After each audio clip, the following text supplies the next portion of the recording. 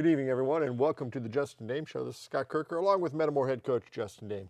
Coach, the last time we got together was right before the Jack Tosh, and you went up to Chicago and played 4 games, came out 3-1. I thought you guys played exceptionally well. Your one loss was to a really, really good St. Ignatius team that has a shot to win 4A. Yeah, and has beat the #1 team in 4A in the state earlier this year, and only loss was 2 games to DePaul Prep, and I think like a 2-point loss to Curie. So that was, you'd never say a good loss. You don't ever want to lose, but if there's one loss on our schedule right now where you feel like I'm not sure we could have beaten those guys, that was the one. That was I thought your kids, they kind of got a little bit shell shocked there, and I believe it was the third quarter. But your kids came back in the fourth and made it. You lost by 11. You made it a very respectable team. They came back and played well, and I thought that there was some growth in that loss. The other 3 times you played up there, you beat a pretty good LaGrange Park Nazareth team. Yeah.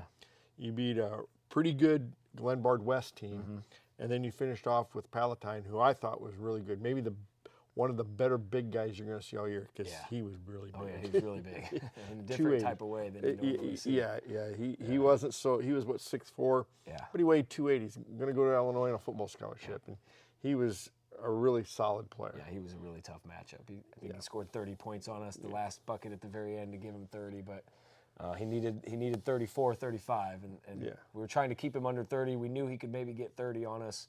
The strategy there was not let the other guys get much points, and they play really well off of him, and he passes it out when you double team or when you try to sit on the weak side to help. They do a good job moving the ball, and the idea was don't let the other guys get double figures, which we did, and they're going to struggle to score as many points as us. And I thought, you've gone up this third year now to go up there, and you got first, you got second, and then you didn't place this year, but I thought, for as young as you were against bigger schools, all 4A schools, I thought you played really, really well. It was every bit as impressive as those other teams that have gone up there and played for Metamore. And the team that knocked us out or beat us, stopped us from getting to the championship, was the team that won it all again. The last 2 years we haven't won it, but we've lost to the team that ultimately won it, so that makes you feel a little bit better. For sure. We got a tough draw again, having to play Ignatius in the 3rd round, and I think, like you said, Nazareth, we beat them in the 1st round. They went on to win another game or 2. Glenbard West went on to win another game after won the 1st round game, lost to us, won their next game. So the teams that we beat the other teams that we didn't get to play. So I feel like we had a good week up there. Yeah, and it always seems like when you come back from those tournaments, whether it be in Mississippi or whether it be up in Chicago or over in State Farm, especially when those tournaments where you have to go and spend the nights together, you guys come out of those really almost a better team. Yeah. And I think it's the bonding, whatever it is, we always seem to be playing our best basketball after the first of the year. Being together all day and all night, staying, some of them sharing a bed with each other, and waking up and going to breakfast in the morning together, and then, whether it's going bowling the day before the last game was a real good time for the guys, hanging out and bonding a little bit, or going out to eat after the first game. So just a lot of time spending together, talking, hanging out, figuring out what we got to do to get better, and playing 4 games in a short amount of time really kind of showed us, 1, what we're capable of when we play well, and 2, what we got to get better at, what we got to work on. And I think that, and we'll get to this past the most recent game, but, you can see the growth in this team from the beginning of the year to the Jack Tosh. I thought you guys have really come a long way. Maturity-wise, they're starting to realize, okay, when we really need a bucket, we got to make sure we try and get the ball to one of these 2 guys or 3 guys, whatever it may be. And they've done a really good job of that. The other thing that's nice about your team is you've got a number of kids that can score for you. It's not a 1 or 2 man show. It's a 7, 8, maybe 9 man show. Yeah, I mean, most of the games, you look at almost everybody that plays scores. A lot of our games, we play 9, 8 guys score. We play 8, and all 8 of them score. Everybody finds a way to contribute, especially on the offensive end, but they also contribute on the defensive end too. You just don't see it as much in the it might show up in the box score, but not in the game book.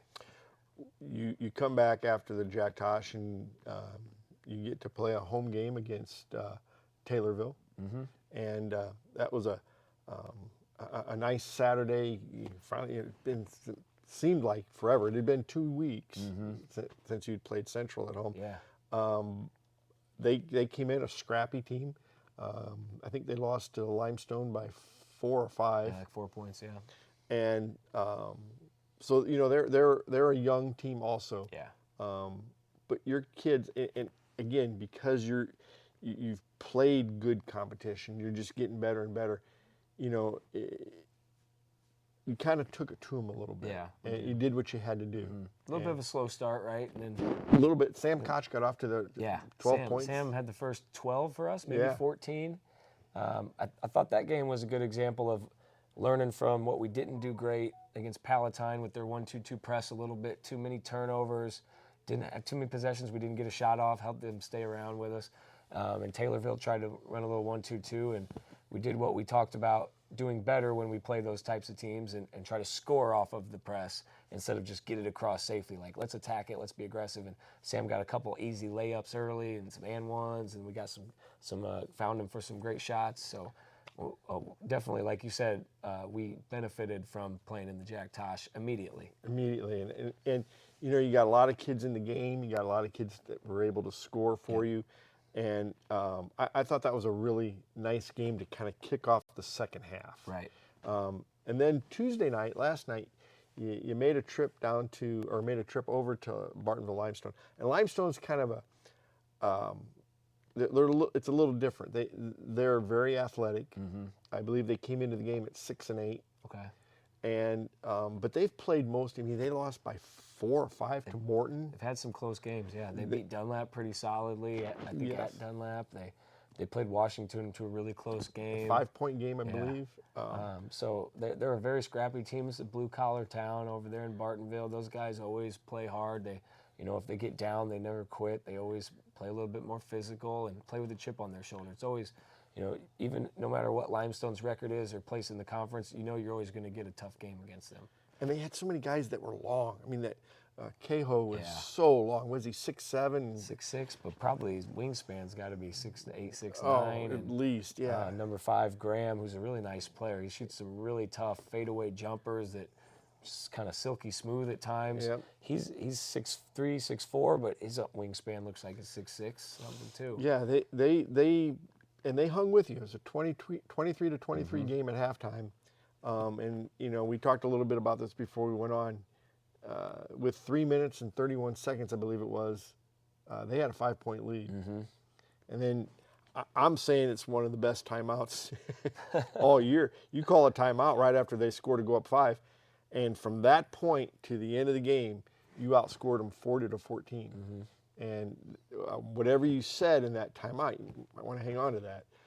That was a pretty solid timeout, and I just thought, your press has gotten to be really effective, and we just seem to really come to life on offense and defense when you put your press on. I wish I could say there was something I said in that timeout, like, hey, Zach Bourne, just go be awesome. And that's what he did. I didn't say that to him, but when you turn the press on and you just unleash Zach Bourne, he's like a dog on a leash just waiting to get off and go chase somebody, and that's what he does. He chases the ball around, and we get some traps and get some loose balls, because Limestone was trying to really slow the game down. They were just tempoing us and slowing it down and holding the ball a little bit, and unfortunately you don't get a lot of closely guarded 5 seconds anymore, so we had to get up and try to pressure him and try to change things up a little bit. And whenever Zach's in there, you got a lot of confidence that he's going to make a play. He did on both ends. I think he had a career high 14 points. It was everywhere on offense and defense, getting rebounds, cutting to the rim,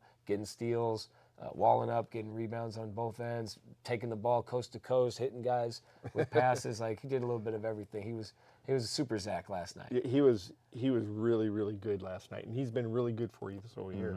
I thought Brady Jones had a great game for you with 24, 25. 21. Limited minutes with foul trouble, too, in both halves. Had to sit him a few minutes in the first half, and then sat him for 5, 6, maybe more minutes in the second half after he picked up his fourth foul. And I thought Logan Vasquez had an outstanding game. I think he had 10. Okay. Had very few turnovers. One of the turnovers, I thought he got just crushed. Yeah, a couple times he did. Yeah, and but maybe he had 3 turnovers and and he didn't really come out. He played, I think, the entire. He played the whole game. Yeah, I think you pulled him out in the first half, right before the end of the first quarter. Give him a short little break there. Yeah. I think he had 1 foul, and we were trying to foul there the last 20 seconds, so we didn't want Logan to pick up a second foul in the first half. But I think he maybe missed 1 free throw. I think he was like 5 for 6. Yeah, he was the only one that missed one. He was the only one last night. Thought Sam Koch had didn't have a lot of points, but he had a lot of rebounds. Yeah, he rebounded really well. And he played some pretty solid defense. Made some really good passes. People are starting to learn Sam's a really good player. He draws a lot of attention, and there's not a selfish bone in Sam's body. So he's great at making the right decision when guys come at him hard, or they're not going to let him get the 3 off. He'll pump fake and drive, and if somebody comes to him, he's giving it up. Right. He's a very fundamental player. And then Gavin Geyer is Gavin Geyer. He when you have to pull Brady Jones out, he ends up taking their big guy. He did a great job. And he did a great job. And we were talking about it last night on air. He got beat and he fouled Cahoe, and I thought it was a great foul because it kept him from getting to the basket, maybe getting a dunk, maybe giving them some momentum. Yep. He fouled him, and they had to take the ball. I think that's when we got the 5-second call on him. Yep. That was right under the baseline down there. Yeah.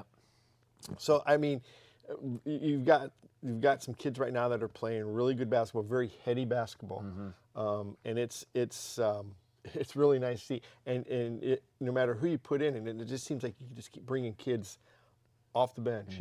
Ashton Taylor you bring off the bench, and Cam Beekman you bring off the bench, along with your other guys, Morrison, who again last night had a really solid game for you. They did. And of course Zach Bourne, and it's nice to know that if somebody's just not playing or having a good game, you can still bring them in, because we haven't even mentioned Briggs Busey, who had 1 point with like 4 minutes to go in the ballgame. He ended up with 7 because he got to shoot. Knocked down some free throws, coast to coast, got a layup there, and had another one taken away. He had a layup, but they called the foul on the ground, which I think the previous game happened to him twice. He had 2 layups they took away with foul before the shot. So he's had a little bit of a bad luck and hasn't shot it as well the last game or two. So, but we know what he's capable of. So it's great when he's having an off night that Zach can pick him up or Brady can pick him up, and those guys combine for, 35 points. It's pretty good. That's pretty solid.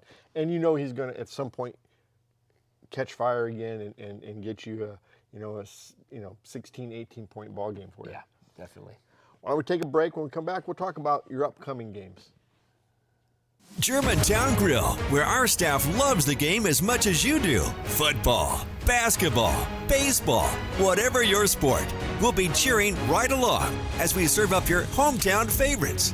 We've got everything you need to celebrate the wins. Food and flavors to satisfy any craving. Plus, the best private gaming around, powered by Gold Rush Gaming, the gold standard in video gaming.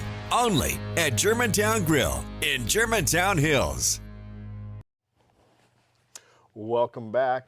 Coach, you sit at 12-4. You're 3-2 in the Mid-Atlantic Conference. Got a big one coming up Friday night against East Peoria at East Peoria. They're coming off 2 losses. They're going to be hungry, but those are the first 2 games in like 2 weeks for them. And they come off, it's 2 big games. They played Morton last night on Tuesday night. They lost, and now they play us. That's got to be a tough stretch of the schedule for them. Yeah, no, definitely the 3 toughest games of the season for them for sure.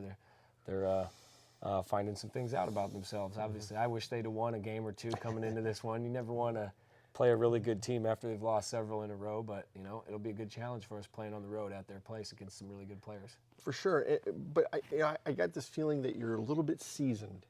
I think Al McGuire said the best thing about a freshman is they become sophomores. They become sophomores, but that's kind of how your kids they're sophomores. But they're freshmen when it comes to varsity basketball, and I think your kids are almost juniors now. It's funny you say that. That's what the Palatine coach told me before the game. He's like, the great thing about sophomores is they all become juniors. And guys are starting to play like juniors right now, aren't they? You're over halfway through your sophomore year. You got half a season of varsity experience now, and some juniors don't have that. So, you're no more excuses for the youth, and You know, we've been playing some really good ball at times. We still got some things that we can get better at for sure. When you got 15, 16-year-olds, there's a lot of things you can get better at, obviously. But we're taking baby steps, and every game we learn a little bit more and find a few things that we can get better at. Then you get on a bus on Saturday, probably around, what, 10, 9? 8 a.m. because there's a JV game at 11:30. Oh, so you're going to take, you're going to get on a bus and travel down to St. Joe's, Ogden, and play Mohammed Seymour. Yep. And that's the distance is going to be the challenge. Yeah. Mohammed Seymour is going to be a challenge. Yeah. They're a pretty solid team. I believe they got votes in the most recent rankings. Okay. I believe they got some votes. Okay. But I think, what are they, about 8-4? Yeah, something like that. I was thinking maybe 9-4. Might be, yeah. Played in the State Farm Classic, almost beat Normal Community, who won the whole thing. They're a tough team. They got one really good high-scoring guard that all of the State Farm Classic games, he had 36 in one game and 28 in another game. He takes a lot of shots. And now they got one guard who's out for the season, got hurt in football. So he's kind of carrying the scoring load for him right now. He's a really good player, and having no days to practice and a very, very short turnaround with a 1:30 game, we're not going to have a lot of time to, watch much film on him, and just got to go out there and play. It'll be like the Jack Tosh games. For sure, and that just makes you better. But this has been this week is it's a little bit of a challenge for you, and that's what you want. And you've been challenged in the conference and out of the conference. But from here on out, you've got some tough games coming up. You got Morton at home yet. You still got Washington at home. Yep. You've got East Peoria Friday night, East Peoria at our place. Yep. So there's some challenges. I believe Springfield High comes. Springfield High is a very good team. They got third place at Pekin. They beat Washington. They beat Simeon. We got Yorkville Christian coming to our place, who's I think top 5 in 2A right now. Has a Division I point guard. So a really bunch of good games coming up this month. Coach, congratulations. Nice job. Thanks so much. We'll let you get going here because I know you got a practice coming. That's right. But congratulations on a good start to the season. There's a lot more wins out there for you, though. Yes, sir. We'll let you go. That'll do it for the Justin Dehm Show. We'll see you Friday night in East Peoria.